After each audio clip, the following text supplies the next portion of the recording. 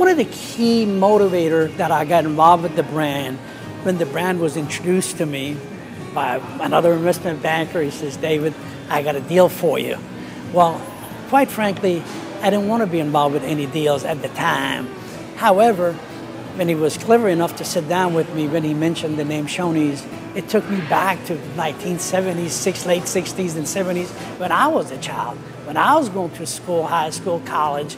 And I remember with my folks going to Shoney's.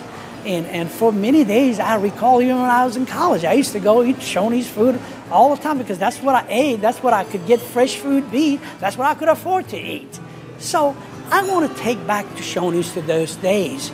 And then, for instance, when I got involved with the brand, the first thing I did, fresh ingredients, which by no more frozen burgers, no frozen chicken.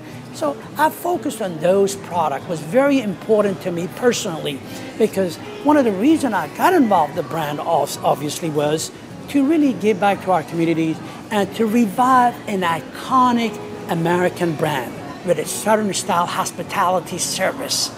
That's what I view Shoney's. That's how I see Shoney's.